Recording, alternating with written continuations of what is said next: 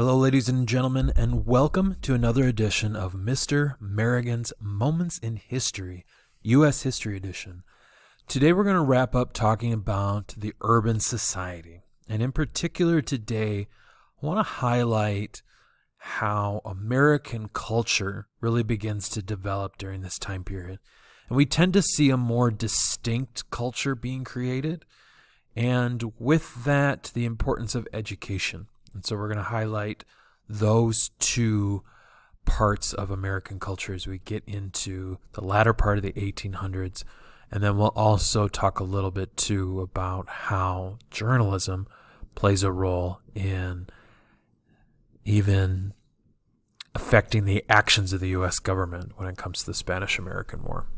So the gentleman pictured here is Mark Twain. He's a great example of regionalism when it comes to especially American literature, and we'll highlight him today in our video here. So what are we going to be able to do today? We're going to identify the ways in which American culture changes, particularly in the 1800s. So we'll look at a variety of different things that, different topics. We'll get into the role that Booker T. Washington and George Washington Carver play in education. We'll talk about realism. We'll talk about Mark Twain, Joseph Pulitzer, the USS Maine. We'll get into yellow journalism, and then we'll also talk about vaudeville and jazz music as part of the American culture. So let's start with education today. So government as well as business leaders genuinely believed at this time period that in order for our nation to make progress, that is to move forward, that people needed more education, people needed more schooling. And even looking back as far as Thomas Jefferson is quoted as saying that the following two statements. I think by far the most important bill in our whole code is that for the diffusion of knowledge among the people, no other sure foundation can be devised for the preservation of freedom and happiness. So emphasizing the importance of making sure that we share that knowledge with each other as far as our overall institutions and our happiness.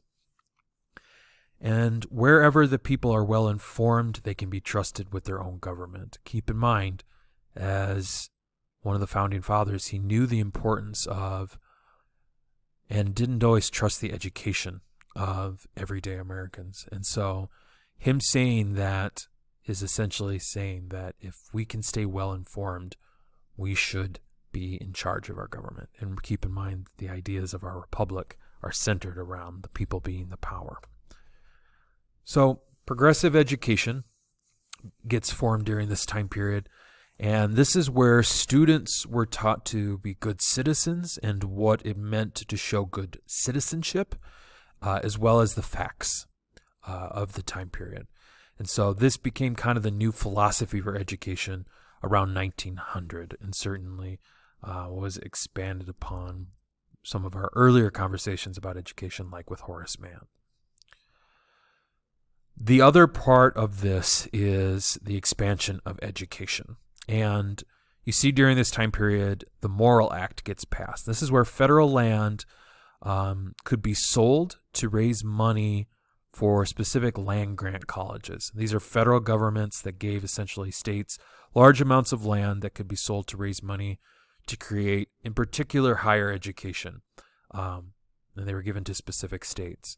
Now, the examples I'm going to use, I teach here in the Midwest, and so I'm going to give some more examples that are probably more familiar to my students. But certainly, you would have universities across the country that would certainly emphasize and be a part of the Morrill Act as well. So regionally, looking here, certainly the University of Minnesota, North Dakota State, Iowa State, the University of South Dakota, and the University of Wisconsin.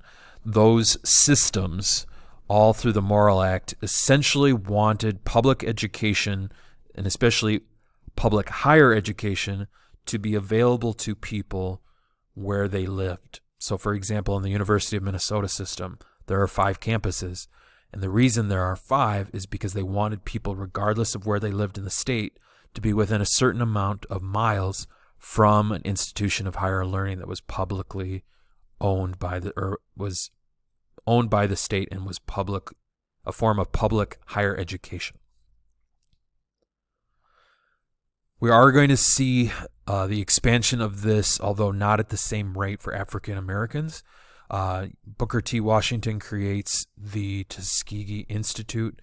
You're also going to certainly see W.E.B. Du Bois pushing for education for African Americans as well, and certainly while their philosophies on how to educate African Americans were different and what they believe the outcome should be and what African Americans should push for at the time, they both proved to be very important in regards to spreading education, especially for the African American community.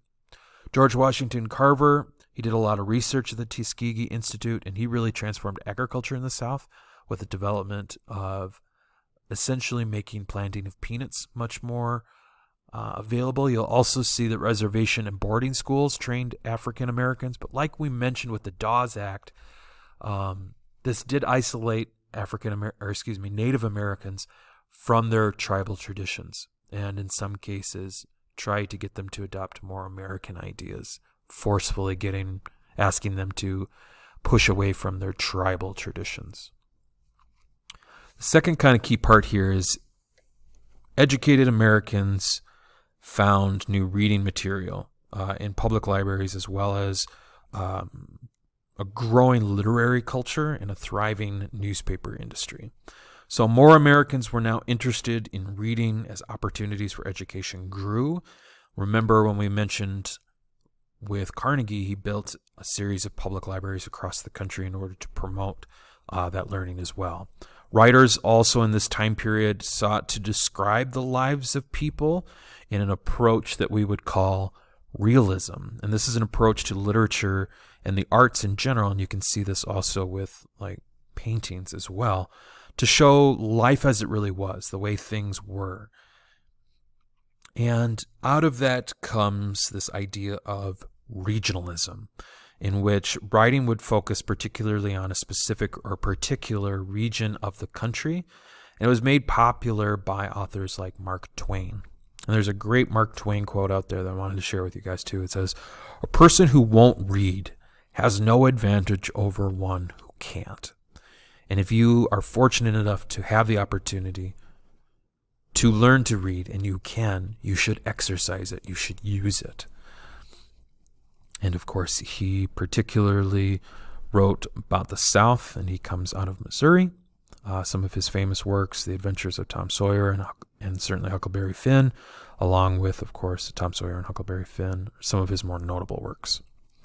Paul Dunbar was probably one of our first African-American writers to gain fame around the world. And certainly you'll see as we get into the 20th century, you'll see events like the Harlem Renaissance being another explosion of African-American culture within the United States. You're also going to see advances in printing technology, which allow daily newspapers to become much more popular and accessible to people. And you're going to see people like Joseph Pulitzer, for example, with the New York World is going to be published, along with William Randolph Hearst. His newspapers became very successful, particularly because he utilized what we call yellow journalism, which is a sensational form of writing. It tends to exaggerate, sensationalize, dramatize, and take these gruesome events to try to attract readers, and in some ways has still influenced journalism even today. But that yellow journalism gets taken to a new level when it starts to influence how the government makes decisions. So President McKinley at the time, because of the outrage that was felt using yellow journalism to kind of fan the flame, so to speak, he sends the USS Maine to Havana to try to better understand what's going on between the Spanish and the Cubans. And this, again, has been exaggerated, but the U.S. government wanted to go to there to protect American citizens and property, because there were certainly Americans present in Cuba at the time. But the ship explodes, and the newspapers at the time blame the Spanish Remember the Maine, they kept saying, and they blamed the Spanish for the explosion, even though there was no proof that the Spanish were at all involved. But this eventually does force the government into making a decision to actively go to war with Spain, and that results in the Spanish-American War, with the U.S. at the end of that war claiming protection and partial ownership over the Philippines as well as Cuba. And so in many ways it expands the U.S.'s role nationally. So just to give you guys an example, in the New York Journal, destruction of the warship Maine was the work of an enemy. And so again, trying to sell newspapers, but also affecting how people interpreted the events. So let's have you guys practice. Let's have you look at these headlines and you look at them and tell me which one you think is an example of yellow journalism. So, President visits Far East, murder on the loose, house signs, housing bill, Wall Street makes slight gains. Which one of those do you think sounds the most sensationalized? Pause if you need to, but the best answer here is definitely B. It immediately tries to sensationalize and get you hooked on something without getting to the point. Lastly, I want to talk a little bit about leisure and the arts. American culture begins to find its own identity in this time period. It starts to move away from European influence into being now what we might call distinctly American. And so, I'll give you a couple of examples. Americans were starting to increasingly have interest in leisure time, especially as unions became more effective at controlling the long hours that people worked. There was more time for things like sports, arts, and music. 8 hours for work, 8 hours for sleep, and 8 hours for what you will. And people started filling it with that leisure time. So baseball became probably the most famous, or excuse me, I shouldn't say that, the most popular spectator sport in the time, followed later by football and basketball. You also saw Americans attending theaters, seeing a variety of serious dramas as well as vaudeville shows, which were stage entertainment made up of various acts such as dancing, singing, comedy, and even magic shows, kind of what early variety shows for their time period. And then later they get replaced by moving pictures, which eventually will become Nickelodeons, which eventually will become motion pictures. Certainly some early examples of those, like the image seen here. You also have artists and musicians who began to develop a distinct American style, like the painting here by Thomas Eakins. You also have Frederick Remington, again, some great examples of realism. Here you've got James Whistler. And with music, you saw everybody from like John Philip Sousa composing marches, and African-American musicians such as Scott Joplin are developing a distinct form of music that we would now call jazz, which is developed from what we might call ragtime music along with blues using African rhythms.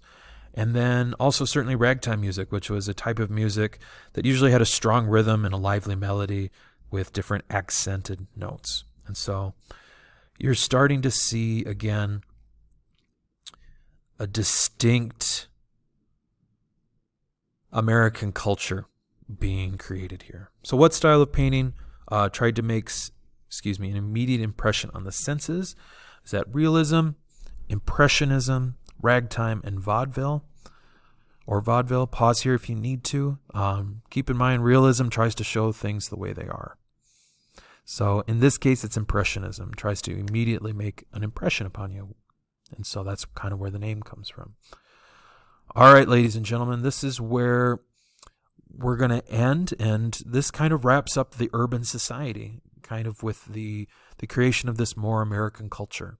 So for my students, make sure you've been following along with the guided notes. For those of you who are just listening, thank you so much. I appreciate it. And I hope that we're able to help you understand a little bit more in detail, or at least give you a bigger idea of the history of the United States. Thanks for listening, and have a great day.